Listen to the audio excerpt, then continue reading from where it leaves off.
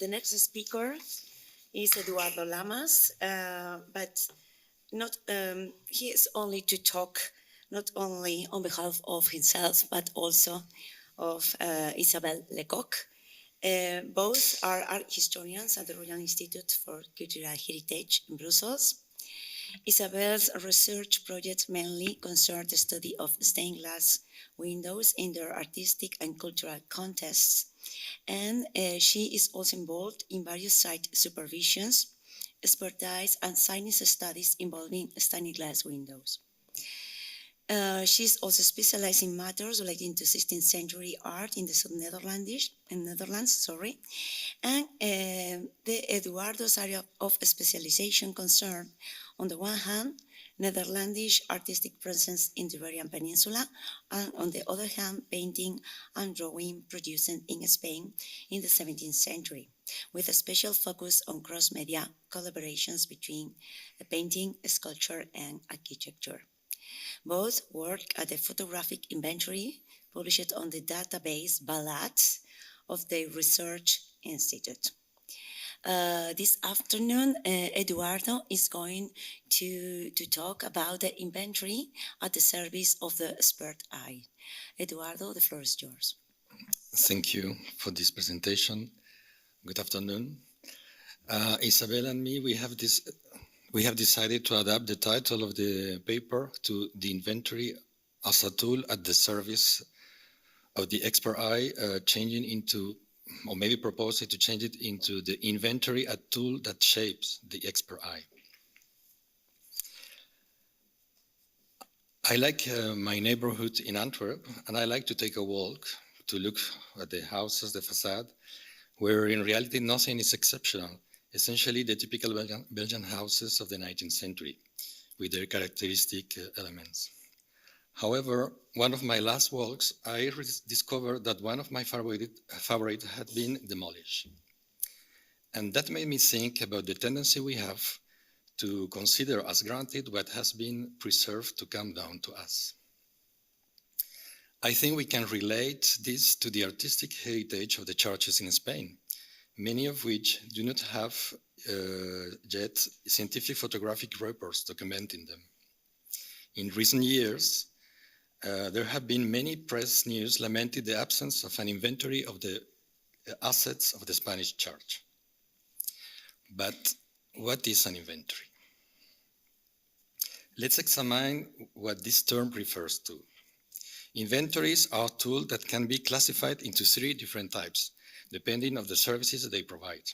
Sometimes these types are complementary. An inventory serves as a protection tool against theft, vandalism, neglect, climatic disasters, and more. An inventory acts also as a management tool for the owner, such as a museum, the Catholic Church, or a supervisory authority, like a department responsible for heritage at a national, regional, or local level.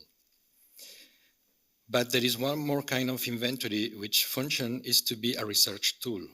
This type of inventory must offer a systematic, richly documented, interdisciplinary set of data, making it available to a wide audience. This tool opens to a heritage approach of the history of art, which means an approach grounded on the specific study of the preserved objects. Here we will set aside inventories intended as tools for preservation and management, which falls under the responsibility of the institution that own and manage the artworks. That's another topic. What we will focus today here is the inventory intended as a scientific research, an inventory that, unlike the others, must be published and accessible to the scientific community as sine qua non condition, accessible through books or through databases. This is slow science, don't trust fast food. And this scientific inventory must be a photographic one, which implies that it's based on direct photography. What escapes the possibilities of the photographic lens also escape the inventory. The aim is not to make art photographs with colors or light filters or seeking contrasts of light and shadow. The aim is to record the visual aspect of an object at a given moment and to produce objective scientific data. As the photographer Firlens wrote in 1860, the photographic document may eventually be all that remains of an object. The inventory has to be complete. A complete inventory means that it's exhaustive, covering the entire collection, all the objects of a certain typology, all the production of an artist, or the total heritage of a city, region, or country. It can take the following forms. Indicative inventory or concise catalog. This implies that the indication of the objects is not very advanced, at least not beyond the point where in-depth research and developed argumentation become necessary. The goal is to make them accessible for researchers, and we have here 3 examples. The other kind is the catalogue raisonné. This implies that the identification of the object is highly developed and thoroughly justified. Here 3 more examples. Most catalogs and inventories are the result of the individual initiative and often have been the work of a single author, at least until the 20th century, when several coordinated and sometimes even international projects came into being. Corpus Vasorum Antiquorum is probably the oldest research project of this kind. It was launched in 1919 on the initiative of the chief curator of the Department of Greco-Roman and Oriental Antiquities at the Musée du Louvre. The project is still ongoing today and has evolved. It is now focused exclusively on Greek and related ceramics. The initiative for the systematic working on medieval stained glass came from the close contact with the artworks due to their removal during the Second World War. The removal of the ancient stained glass windows from many European buildings during the war made it possible to study them up close, to photograph them, to understand their great value, to organize major exhibitions, and to write summary publications. It is in this context that the Swiss art historian Hans Losa presented a draft structure for the publication of European medieval stained glass windows at the 16th International Congress of Art History in Lisbon in 1949. At the next Congress in Amsterdam in 1952, he presented his Directive pour l'établissement d'un plan d'ensemble, and with this, the Corpus Vitriarum was officially launched. Today, the collection of the Corpus Vitriarum contains approximately 130 published volumes. This is a real miracle, bearing in mind that at present, generally speaking, the task material inventorying and cataloging is devalued in favor of research that is more conceptual, more speculative, and focused on interpretation. The methodological, qualitative, and formal consistency of the publication of the Corpus Vitriarum is ensured by directives, formulated for the first time in 1958 and revised several times. They are today in their 4th edition. The directives apply to monographs in particular, which are based on the systematic and meticulous analysis of works supported by high-quality illustration and with the cornerstone being the distinction of the ancient parts from those that have been restored and added at this moment. It is therefore very clear that as much more than a basic corpus reporting systematic information in a similar manner, the volumes of the Corpus Vitriarum are enriched by rigorous analysis, which makes them a unique tool, the usefulness of which goes far beyond the context of stained glass. The research unit, known as the Center for the Study of Flemish Primitives at our institute, KIK-IRPA, aims to study and inventory the preserved paintings of the 15th century from the southern Netherlands, which can be found in museums and collections worldwide. The entire program is based on heritage approach of the history of art. To this end, the Research and Documentation Unit has launched the Corpus of Flemish Primitives, a collection project aimed at inventorying, photographing, and analyzing at laboratory all the paintings by the Flemish primitives that have survived to the present day. The primary goal is to make this inventory and its scientific and photographic documentation available to the entire scientific community. For this monumental task, which began in 1950, 22 volumes have been already published, with the last release in 2014. These volumes illustrate how research methodology and concerns have evolved. It is now widely recognized that artists of the modern era employed collaborators to create altarpieces, large-scale decoration, as well as easel paintings or statues. This observation, which now seems a commonplace, we said it before, was not the case in the 19th century or even the 20th century, when the myths of the artist as a romantic genius working alone distorted historical perception. The demystification of the artist is one of the significant achievements of nearly 2 centuries of art history as a scientific discipline, even if the market and the museums not yet realize it. For nearly 50 years, 2 major initiatives have been steadily working to catalog 17th century paintings. One of them is the Corpus Rubenianum Ludwig Burckhardt. This ambitious project catalogs nearly 2,500 compositions and 10,000 works of art.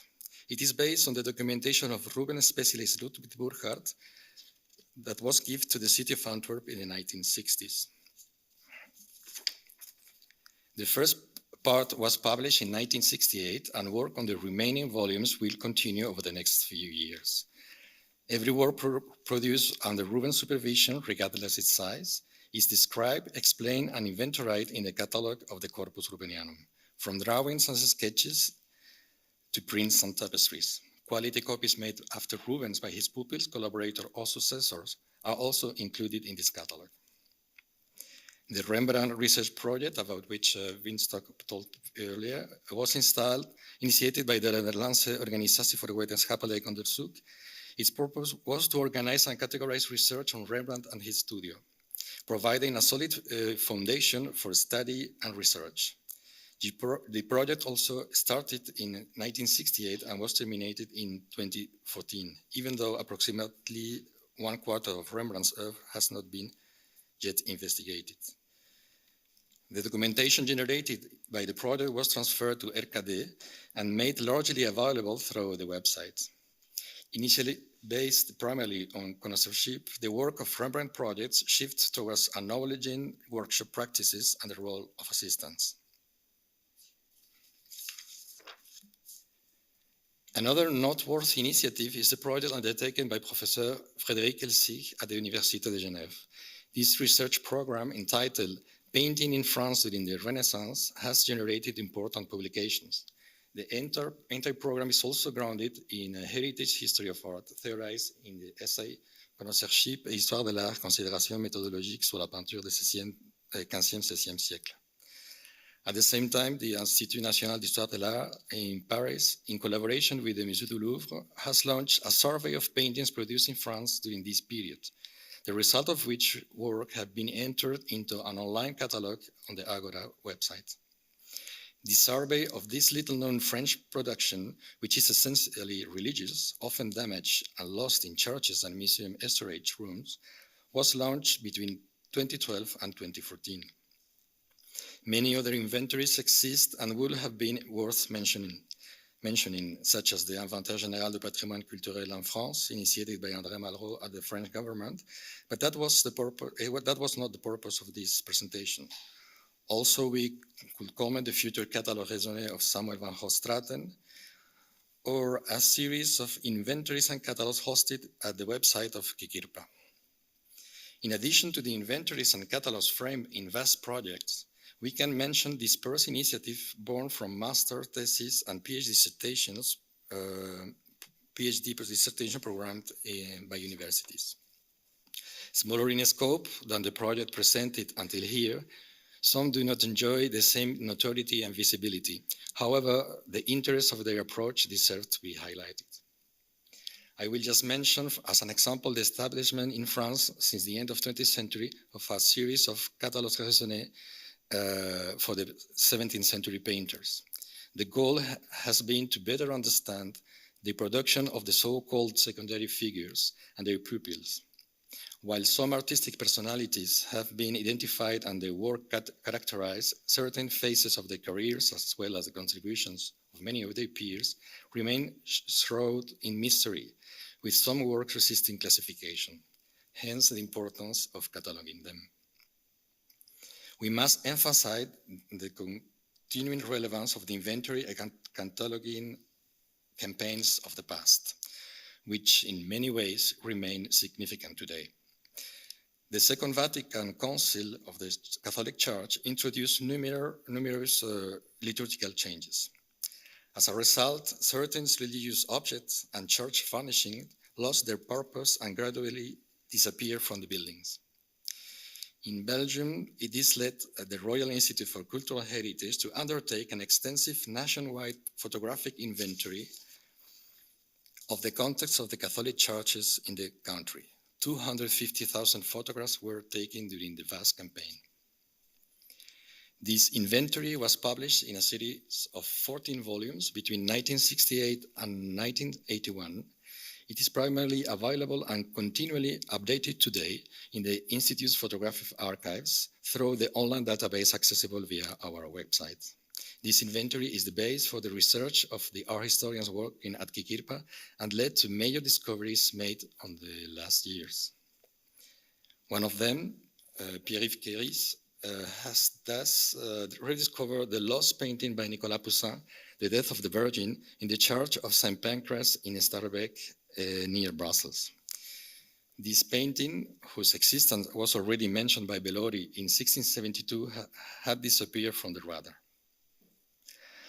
While taking new photographs of medallions painted on glass for the publication of an inventory of small stained glass panels preserved in public collections in Brussels, Isabelle, my colleague, identified a medallion that can be linked to the work of Dirk Bellert, praised by Guicciardini in his Descrizioni di tutti i paesi bassi, as well as another one which is considered the oldest known depiction of the now destroyed St. Donation's Cathedral in Bruges. For my part, I started in 2008 a systematic inventory of the Iberian art in Belgian public collections. And the main milestone of this project was the rediscovery of the Murillo y Lir, whose whereabouts were unknown. The work had been inventoried and photographed in 1944 within the frame of another critical inventory campaign organized by the Institute during the Second World War. But if in Belgium the painting was correctly inventoried in relation to Murillo, it was thought to be part of the enormous group of copies, versions, and creations in Murillo's style that exist in the country. The photo in the KIK-IRPA's inventory was published in the Artist Catalogue Raisonné of 1981, but it was discontextualized, believing the photo to be made in a private collection. In reality, the painting had been in the same museum in Lille since 1935, forgotten by everyone. I will mention two more cases in which the inventory of Iberian paintings in Belgium has made it possible to locate major works by artists who were mentioned in ancient sources as among the most outstanding of their production, but whose whereabouts were also unknown. If there is a field of study, as mentioned before, in our history in which connoisseurship and cataloging is inexcusable, is that of drawing. Generally speaking, no other source than the object itself can serve as a solid basis for the study of the drawings. The preparation of the Catalogue Raisonné of Francisco Rizzi's oeuvre has made it possible to reconstruct missing sets and to demonstrate the artist's participation in projects in which his involvement was not even suspected, thanks to a series of cross-reference and superimpositions provided by the work of inventorization itself. The processes discussed above remind us that the importance of the inventory. There cannot be a better way of learning about the objects by cataloging them. Through the process of identifying ruling patterns, characteristics, methods of execution, ornamentation, vocabulary, grammar, and iconography, one develops the ability to see and recognize the physical details that are so crucial to understanding an artwork. Inventorying and cataloging serve as an intellectual tool. The act of cataloging shapes the intellect, and no one's engaged with the inventory as a tool more fully than those who create it. The scientific approach of the inventory enhances our diagnostic and analytical skills in visual interpretation. In the words of Patricia Stirnemann, it compels us to observe a structure and to structure our observations. This method forces us to apply logic to visual distinctions, and it leads us to explore texts and disciplines we might otherwise have never encountered. The collaboration of a catalogue raisonné is a good example for this. Due to the vast amount of and diversity of the material we handle, we developed the tools to reconstruct sites, circumstances, and production rhythms, to reassemble collections or decorative ensembles and displays, and trace lines of transmissions, and to delve into intellectual history in ways that no other approach allows. We could apply to the inventory and cataloging what the American writer Flannery O'Connor said referring to literature. The writer must have the quality of having to stare, of not getting the point at once. The longer you look at one object, the more of the world you see in it. And it's well to remember that the serious fiction writer always writes about the world. This is ultimately the purpose of the inventory, as well as the expert eye behind it, to broaden our understanding of the world through the objects we study. Thank you very much.